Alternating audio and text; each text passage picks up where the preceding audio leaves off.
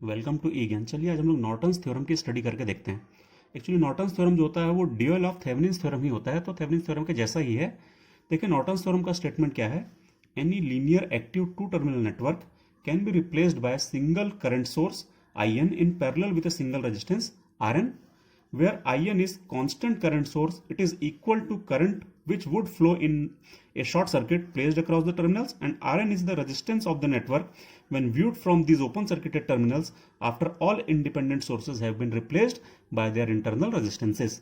इसका क्या मतलब है, इसको यदि अपन सिंपल लैंग्वेज में समझने की कोशिश करें तो कोई भी linear active two terminal network हो, मान लो कि हमने एक सिंपल नेटवर्क ले लिया है, आप कोई कॉम्प्लिकेटेड नेटवर्क हो तो उसको भी नॉर्टन्स थ्योरम से सिंपल नेटवर्क में कन्वर्ट कर सकते हैं। जैसे कि कोई भी कॉम्प्लिकेटेड नेटवर्क जिसमें बहुत सारे वोल्टेज सोर्सेज हो, करंट सोर्सेज हो, बहुत सारे रेजिस्टेंसेस सीरीज पैरेलल में कनेक्टेड हो और नेटवर्क जो हो ओवरऑल कॉम्प्लिकेटेड हो, तो उस नेटवर्क को भी अपन चाहे तो यूज कर सकते हैं। हमने एक सिंपल नेटवर्क लिया है, तो इस प्रकार का कोई भी नेटवर्क होगा जो टू टर्मिनल नेटवर्क होगा उसको हम रिप्लेस कर सकते हैं bye another network which has single current source IN in parallel with a single resistance RN। मतलब हम इस प्रकार के किसी भी कॉम्प्लिकेटेड नेटवर्क को एक सिंपल नेटवर्क से रिप्लेस कर सकते हैं जिस नए नेटवर्क में सिर्फ एक करंट सोर्स होगा IN वैल्यू का और सिर्फ एक रेजिस्टेंस होगा इसके पैरेलल में जिसकी वैल्यू RN होगी, और ये दोनों इसी टर्मिनल्स के अक्रॉस AB के क्रॉस कनेक्टेड होंगे। जहां पर IN क्या है, ये जो IN हमने लिखा है वो क्या है, IN एक कांस्टेंट करंट सोर्स है और जो इक्वल होता है current which would flow in the short circuited terminals.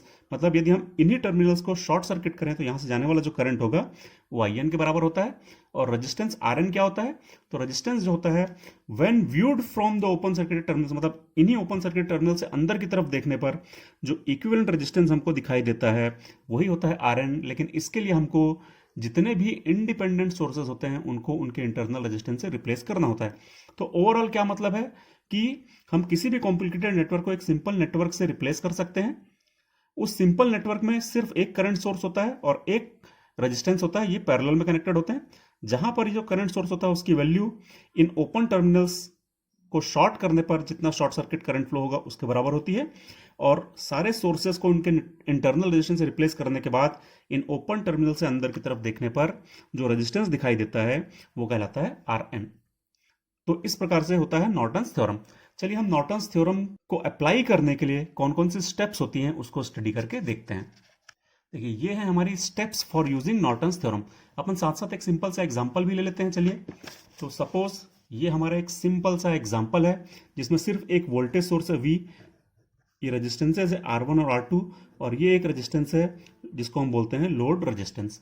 सबसे पहले अपन ये देख लें कि लोड रेजिस्टेंस आखिर होता क्या है। तो लोड रेजिस्टेंस सर्किट का वो रेजिस्टेंस होता है जहां से हमको करंट की वैल्यू पूछी गई है। सपोज हमसे ये पूछा गया है कि find current in resistance RL, तो यदि हमसे जिस भी रेजिस्टेंस में करंट या वोल्टेज या पावर पूछी गई हो तो उसको कैलकुलेट करने के लिए हमको करंट निकालना जरूरी होता है।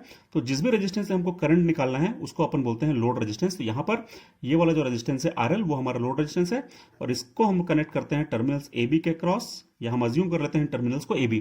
तो इसका क्या मतलब है कि हमारी ब्रांच AB में लोड रेजिस्टेंस RL कनेक्टेड है जहां से जाने वाला करंट हमको फाइंड करना है। तो देखिए हमारी पहली स्टेप क्या है, remove load resistance if any across the given two terminals. मतलब यदि हमारे सर्किट में लोड रेजिस्टेंस दिया हुआ है तो हमको उसको रिमूव करना है। रिमूव करने से क्या होगा, वहां पर एक ओपन सर्किट क्रिएट हो जाएगा and put A short circuit across them. मतलब वो जो ओपन सर्किट क्रिएट हुआ है वहां पर हमको एक शॉर्ट सर्किट क्रिएट करना है। तो देखिए हम लोगों ने क्या किया है, जो लोड रेजिस्टेंस था टर्मिनल्स AB के अक्रॉस उसको हम लोगों ने रिमूव कर दिया, तो यहां पर एक ओपन सर्किट क्रिएट हो गया। और उसके बाद क्या करना है, पुट ए शॉर्ट सर्किट अक्रॉस देम, मतलब यहां पर हमको एक शॉर्ट सर्किट क्रिएट कर देना है।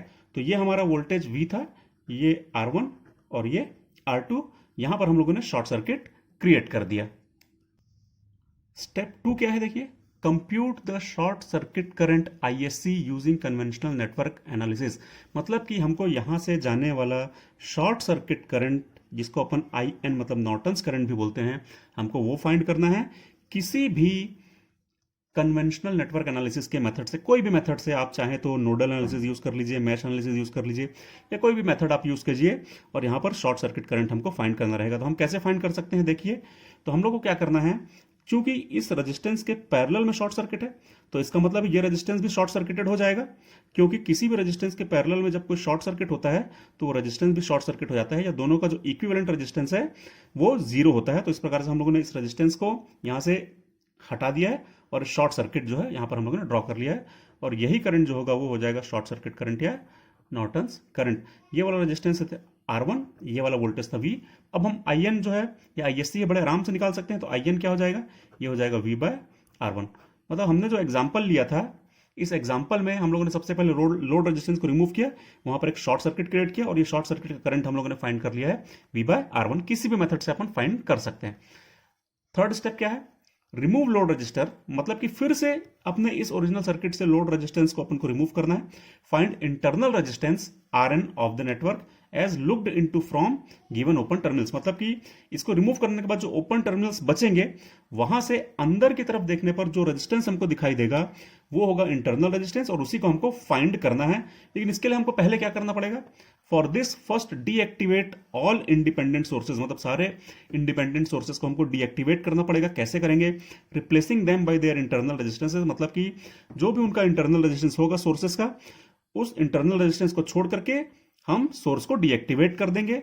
यदि हमारे सोर्सेस आइडियल सोर्सेज हैं तो आइडियल वोल्टेज सोर्स को हम शॉर्ट सर्किट करेंगे, यदि आइडियल करंट सोर्स होगा तो हम उसको ओपन सर्किट करेंगे।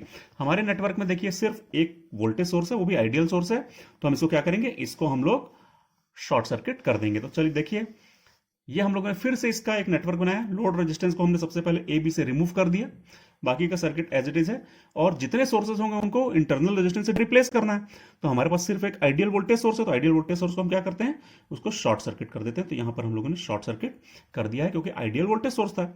अब हम क्या करेंगे, यहां से अंदर की तरफ देखने पर हमको जितना रेजिस्टेंस दिखाई देगा इंटरनल रेजिस्टेंस, वो होगा हमारा Rn।